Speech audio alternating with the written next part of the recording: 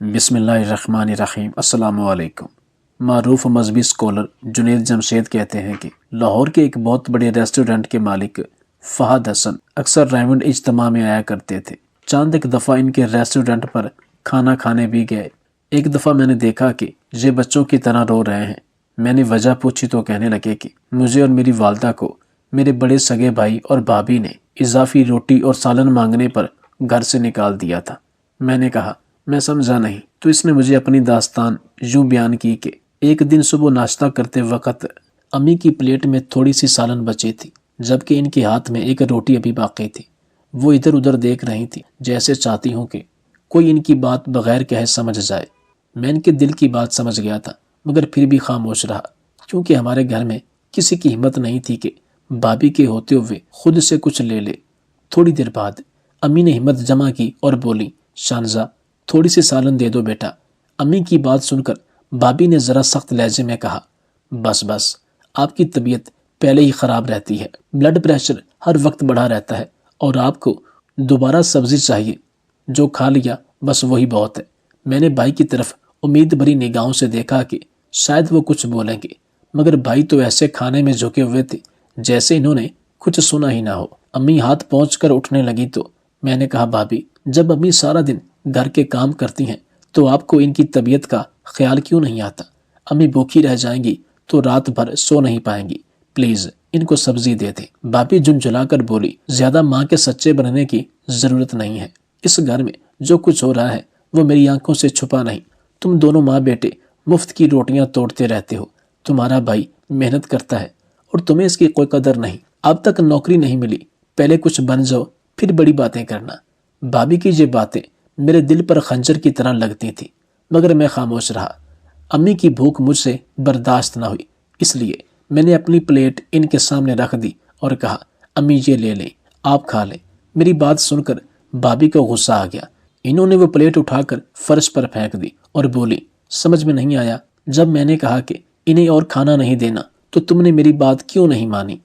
میری آنکھوں میں آنسو آ گئے۔ میں بولا، بھابھی آپ میں تو انسانیت نام کی کوئی چیز ہی نہیں ہے۔ یہ سنتے ہی بھابھی نے رونا شروع کر دیا اور چیخ کر بولی، یہ دیکھو روہیل، فہد کی باتیں سنو، یہ میرے ساتھ بدتمیزی کر رہا ہے۔ بھائی نے غصے سے مجھے گھورا اور بولا، اپنی بھابھی سے معافی مانگو۔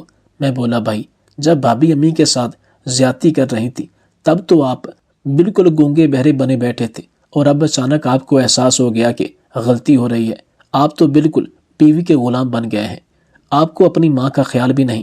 بھائی فوراً کھڑے ہو گئے اور غصے سے بولے، بس بہت ہو گیا، اب تم فوراً یہاں سے نکل جاؤ، ورنہ مجھ سے برا کوئی نہیں ہوگا۔ میرا ضبط بھی ٹوٹ گیا۔ میں بولا، سچ بھی یہی ہے بھائی، آپ سے برا کوئی ہے بھی نہیں۔ یہ سن کر بھائی نے میرے منہ پر تھپڑ مارا اور دھکے دے کر گھر سے نکال دیا۔ میں حیران و پریشان کھڑا تھا، مجھے یقین نہیں آ رہا تھا کہ یہ سب میری زندگی میں ہو رہا ہے۔ امی روتے ہوئے بولی، روہیل تمہیں کیا ہو گیا ہے؟ تم فہد کو یوں گھر سے نہیں نکال سکتے، یہ گھر اس کا بھی ہے، تم دونوں کا برابر حصہ ہے۔ مگر بھائی چیخ کر بولا، امی اگر آپ کو اپنے دوسرے بیٹے کی اتنی فکر ہے تو آپ بھی اس کے ساتھ چلے جائیں، میں اپنے گھر میں یہ سب برداشت نہیں کر سکتا۔ اس نے امی کو بھی گھر سے نکال دیا۔ مجھے اپنی فکر نہیں تھی، میں تو کہیں بھی رہ لیتا، سڑک پر بھی سو سکتا تھا، مگر امی کو کہاں رکھوں گا؟ دل کانپ اٹھا۔ میں نے کہا، امی آپ کو گھر چھوڑ کر نہیں آنا چاہیے تھا، وہ آپ کے شوہر کا گھر ہے، آپ وہیں رہتی رہیں، اب میں آپ کو کہاں لیے پھروں گا؟ میرے پاس تو رہنے کی جگہ بھی نہیں۔ امی روتے ہوئے بولی، ٹھیک ہے، نہ اسے میری ضرورت ہے نہ تمہیں میری پرواہ، اس سے بہتر ہے میں مر جاؤں، زہر کھا لوں۔ پہلے ایک بیٹے نے گھر سے نکالا، اب دوسرا بھی دودکار رہا ہے، اب بتاؤ میں کہاں جاؤں؟ میں نے ان کے قدم پکڑ کر کہا، امی ایسی باتیں نہ کریں، آپ میری مجبوری سمجھنے کی کوشش کریں، میں آپ سے جان نہیں چھڑا رہا، بس پریشان ہوں کہ آپ کو کہاں رکھوں، میرے پاس کوئی ٹھکانہ نہیں۔ امی نے میرے سر پر ہاتھ رکھا اور کہا، بیٹا فکر نہ کرو، تمہاری ماں تمہارے ساتھ ہے، اللہ ضرور کوئی راستہ نکالے گا۔ میں امی کو لے کر اپنے ایک دوست کے گھر گیا، کیونکہ میرے پاس اور کوئی راستہ نہیں تھا۔ ہوٹل میں ٹھہرنے کے لیے پیسے نہیں تھے اور امی کے کھانے کے لیے بھی جیب خالی تھی۔ دوست نے میرا اور امی کا بہت اچھے طریقے سے استقبال کیا۔ میں نے کہا، میں بس 2 دن رہوں گا اور پھر چلا جاؤں گا۔ وہ بولا، فہد تم امی کے ساتھ آئے ہو، جب تک چاہو یہاں رہ سکتے ہو۔ مجھے پتا تھا کہ وہ بھی میری طرح اپنے والدین کے سہارے پل رہا ہے، زیادہ دن ہمارا خرچ نہیں اٹھا سکتا اور میں کسی پر بوجھ بننا بھی نہیں چاہتا تھا، اس لیے میں امی کو وہیں چھوڑ کر نوکری کی تلاش میں نکل پڑا۔ یہ تو نصیب کی بات ہوتی ہے نا، کسی کے ہاتھ میں اللہ دولت کی کنجیاں دے دیتا ہے اور کسی کے ہاتھ خالی رہ جاتے ہیں۔ میرا بھائی مجھ سے کم پڑھا لکھا تھا، مگر اسے ایک بڑے ہوٹل میں مینیجر کی نوکری ملی ہوئی تھی اور تنخواہ بھی اچھی خاصی تھی، جبکہ میں جو اس سے زیادہ تعلیم یافتہ تھا سڑکوں پر دھکے کھا رہا تھا۔ اب چونکہ امی محفوظ جگہ پر تھی، میں صبح سویرے اٹھ کر نوکری کی تلاش میں نکل جاتا اور رات 10 بجے واپس آتا۔ میں نے دوست سے 2 دن کا وقت مانگا تھا، مگر اب 4 دن گزر چکے تھے اور نوکری کہیں نہیں ملی تھی۔ دل میں عجیب گھبراہٹ تھی کہ آخر میں کیا کروں۔ چوتھے دن صبح میں نے سوچا کہ اب بس میں دوست کے گھر سے نکل جاؤں، آگے جو اللہ کو منظور ہوگا وہی ہوگا۔ میں ایک بار پھر شہر کی گلیوں میں نوکری کی تلاش میں بھٹکنے لگا، کئی جگہ گیا مگر ہر طرف سے مایوسی ملی۔ تھک ہار کر ایک دیوار کے سائے میں بیٹھ گیا، تب میری نظر ایک کاغذ پر پڑی جو دیوار پر چسپاں تھا۔ اس پر لکھا تھا، ایک اسپتال میں چپڑاسی کی ضرورت ہے، تنخواہ 10,000، رہائش فری۔ یہ پڑھ کر میری آنکھوں میں آنسو آ گئے۔ میں نے خود سے کہا، فہد یہ نوکری تمہارے لیے نہیں ہے، تم نے MBA کیا ہے، اب تم چپڑاسی بنو گے۔ دل جیسے خون کے آنسو رو رہا تھا، مگر امی کا چہرہ آنکھوں کے سامنے آ گیا۔ میں فوراً اٹھا اور دیے گئے پتے پر جا پہنچا۔ جب اسپتال کے عملے کو بتایا کہ میں چپڑاسی کی نوکری کے لیے آیا ہوں تو سب حیران رہ گئے۔ میری شکل و صورت اور انداز ایسا لگتا تھا جیسے میں کسی اچھے گھرانے سے ہوں، اور سچ بھی یہی تھا۔ کالج کے دنوں میں لڑکیاں میری شکل کی دیوانی تھی، جیسے میں کسی ریاست کا شہزادہ ہوں۔ انٹرویو کے لیے مجھے ایک ڈاکٹر کے پاس لے جایا گیا۔ اس نے میری فائل دیکھ کر کہا، تم نے تو MBA کیا ہوا ہے اور اب تم چپڑاسی بننا چاہتے ہو؟ یہ نوکری تو ان پڑھ لوگوں کے لیے ہے جو مزدوری سے روزی کماتے ہیں، تم ایسا کیوں کرنا چاہتے ہو؟ میری آنکھوں میں آنسو آ گئے۔ میں بولا، ڈاکٹر صاحب میں بہت مجبور ہوں، کئی جگہ انٹرویو دیے مگر کچھ حاصل نہیں ہوا۔ اس وقت مجھے نوکری کی سخت ضرورت ہے، چاہے وہ کسی بھی درجے کی کیوں نہ ہو۔ ڈاکٹر نے چند لمحے سوچا، پھر بولا، اچھا اگر تم اتنے مجبور ہو تو میں تمہیں یہ نوکری دیتا ہوں۔ اس نے مجھے چپڑاسی کی نوکری دے دی، ساتھ ہی اسپتال کے پیچھے ایک چھوٹا سا فلیٹ بھی مل گیا۔ مجھے سمجھ نہیں آ رہا تھا کہ یہ خوشی کا موقع ہے یا غم کا۔ میں واپس گیا، دوست کا شکریہ ادا کیا کہ اس نے مشکل وقت میں میرا ساتھ دیا۔ میں نے کہا، اب میں امی کو لے جا رہا ہوں کیونکہ مجھے اسپتال میں رہنے کی جگہ اور نوکری مل گئی ہے۔ دوست ہنس کر بولا، فہد تم مذاق کر رہے ہو، تم نے MBA کیا ہے اور اب اسپتال میں نوکری ملی؟ کون سی نوکری؟ میں بولا، چپڑاسی کی۔ یہ سن کر اس کی آنکھوں میں بھی آنسو آ گئے۔ وہ بولا، یار خود پر اتنا ظلم مت کرو، تمہارے لیے بہتر موقع ضرور آئے گا، جب تک چاہو میرے گھر رہ سکتے ہو۔ میں نے کہا، تمہارا شکریہ، مگر اب جب روزی کا دروازہ کھلا ہے تو اسے ٹھکرانا ناشکری ہوگی۔ بہت سمجھانے کے باوجود میں نہیں رکا اور امی کو لے کر اسپتال کے پیچھے بنے فلیٹ میں شفٹ ہو گیا۔ امی نے پوچھا، بیٹا تمہیں کیسی نوکری ملی ہے؟ میں نے مسکرا کر کہا، امی ایک کمرے میں بیٹھ کر کمپیوٹر پر حساب کتاب کروں گا۔ امی خوش ہو گئی، مگر میں جھوٹ بول رہا تھا، کیونکہ اگر سچ بتاتا تو وہ پریشان ہو جاتی اور ان کا بلڈ پریشر بڑھ جاتا۔ اب میں روز اسپتال جاتا، صفائی وغیرہ کرتا اور سوچتا شاید میری قسمت میں یہی لکھا تھا۔ میں نے دل سے مان لیا کہ ہر انسان اپنی قسمت ہی کا کھاتا ہے۔ مہینہ گزرا، میں نے ایمانداری سے کام کیا۔ ایک دن ڈاکٹر نے مجھے بلایا، تعریف کی اور کہا، فہد تمہارے کام کی کوئی شکایت نہیں آئی، میں نے تمہاری فائل اپنے ایک دوست کو دی ہے، دیکھتے ہیں وہ تمہارے لیے کچھ بہتر کر سکتا ہے۔ یہ سن کر میری آنکھوں میں خوشی کے آنسو آ گئے۔ میں نے کہا، ڈاکٹر صاحب اگر ایسا ہو گیا تو میں زندگی بھر آپ کا شکر گزار رہوں گا۔ ڈاکٹر مسکرایا، اس نے میری تنخواہ دی 10,000 روپے۔ میں نے نوٹ گنے، دل بھر آیا۔ ابا کے مرنے کے بعد میں نے کبھی 500 بھی ایک ساتھ نہیں دیکھے تھے۔ 500 کے نوٹ دیکھنے کو ترستا تھا۔ میں سوچنے لگا، سب سے پہلے میں گھر کے لیے راشن لاؤں گا، امی کو اچھا کھانا کھلاؤں گا۔ میں نے نوٹ جیب میں ڈالے ہی تھے کہ اچانک ایک عورت میرے سامنے آ کھڑی ہوئی، دونوں ہاتھ جوڑ کر بولی، اللہ کے واسطے میری مدد کر بیٹا۔ اس کی آنکھوں سے آنسو بہہ رہے تھے۔ میں نے پوچھا، کیا ہوا؟ وہ بولی، کل میرے بیٹے کا ایکسیڈنٹ ہو گیا تھا، وہ تیز موٹر سائیکل چلا رہا تھا، اب ICU میں ہے، آپریشن کے لیے پیسے چاہیے، میرے پاس کچھ نہیں۔ ڈاکٹر کہہ رہے ہیں اگر پیسے نہ دیے تو وہ علاج بند کر دیں گے، بس تھوڑا سا دے دو بیٹا، میرے بچے کی جان بچ جائے گی۔ اس کی حالت دیکھ کر میرا دل کانپ گیا۔ بغیر سوچے سمجھے میں نے وہ پورے 10,000 روپے اس کے ہاتھ میں رکھ دیے۔ میں بولا، اللہ تمہارے بیٹے کو صحت دے، تمہیں کبھی اولاد کا دکھ نہ دکھائے۔ وہ دعائیں دیتی چلی گئی۔ وہ عورت آگے بڑھی اور دوسرے لوگوں سے بھی مدد مانگنے لگی، مگر کسی نے اس کی بات پر دھیان نہ دیا۔ ایک شخص نے تو اسے جھڑک کر بھگا دیا۔ وہ بے بسی سے تیسری طرف چلی گئی اور وہاں بھی ناکام لوٹی۔ میں اسے دیکھتا رہا اور دل ہی دل میں سوچتا رہا، کاش میرے پاس اتنا پیسہ ہوتا کہ میں اس عورت کی پوری مدد کر دیتا۔ پھر اچانک میرے ذہن میں خیال آیا کہ کیوں نہ میں ہسپتال کے ڈاکٹروں سے اس کے لیے پیسے مانگوں۔ میں فوراً ہسپتال کے سینئر ڈاکٹرز کے پاس گیا اور سب سے اپیل کی، سر، ایک عورت کے بیٹے کی جان خطرے میں ہے، اس کے علاج کے لیے مجھے بھی پیسے چاہیے۔ کسی نے 10,000 دیے، کسی نے 2,000، کسی نے 500، تھوڑے تھوڑے کر کے میں نے تقریباً 70,000 روپے جمع کر لیے۔ میں وہ رقم لے کر تیزی سے اس عورت کے پاس گیا اور کہا، یہ پیسے ہسپتال کے عملے نے تمہارے بیٹے کے علاج کے لیے جمع کیے ہیں، فوراً ڈاکٹر کو دے دو، اللہ باقی کا بھی بندوبست کر دے گا۔ وہ عورت روتی ہوئی میرے ہاتھ چومنے لگی، بولی، اللہ تمہیں اس نیکی کا بڑا اجر دے گا، تم کروڑ پتی بنو بیٹا۔ میں مسکرا دیا، دل میں سوچا، کروڑ پتی بننا تو میری قسمت میں کہاں، میں تو 2 وقت کی روٹی کے لیے ترس رہا ہوں۔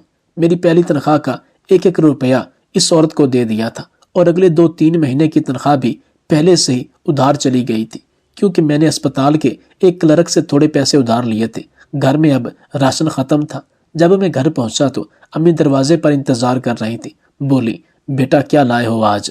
میرا دل شرم سے جھک گیا، مگر میں نے جھوٹ بولا، امی آج تنخواہ نہیں ملی، کل ملے گی، آپ فکر نہ کریں۔ امی نے میری طرف دیکھا، کچھ نہ بولی، بس آہستہ سے سوکھی روٹی اور اچار کھانے لگی۔ امی کے لیے اچار کھانا ٹھیک نہیں تھا، کیونکہ ان کا بلڈ پریشر بڑھ جاتا تھا۔ دل ٹوٹ گیا، مگر میں خاموش رہا، خود بغیر کھائے لیٹ گیا۔ امی نے آواز دی، کچھ تو کھا لو بیٹا۔ میں بولا، امی بھوک نہیں ہے۔ امی نے بھری، بولی، پریشان مت ہو، اللہ بہت کچھ دے گا۔ امی نے میرے سر پر ہلکا سا ہاتھ مارا، بولی، فہد بیٹا، آئندہ میرے سامنے مایوسی کی بات مت کرنا، سب کچھ اللہ کے ہاتھ میں ہے، جسے چاہے دے، جس سے چاہے لے لے۔ میں ابھی امی کی باتیں سن ہی رہا تھا کہ دروازے پر زور سے دستک ہوئی۔ میں اٹھ کر گیا، دیکھا تو باہر 2 آدمی کھڑے تھے۔ دونوں نے سوٹ پہنے ہوئے تھے، آنکھوں پر کالے چشمے اور ہاتھوں میں مہنگی گھڑیاں۔ ان کے پیچھے ایک بڑی سی گاڑی کھڑی تھی۔ میں نے پوچھا، جی آپ کون ہیں؟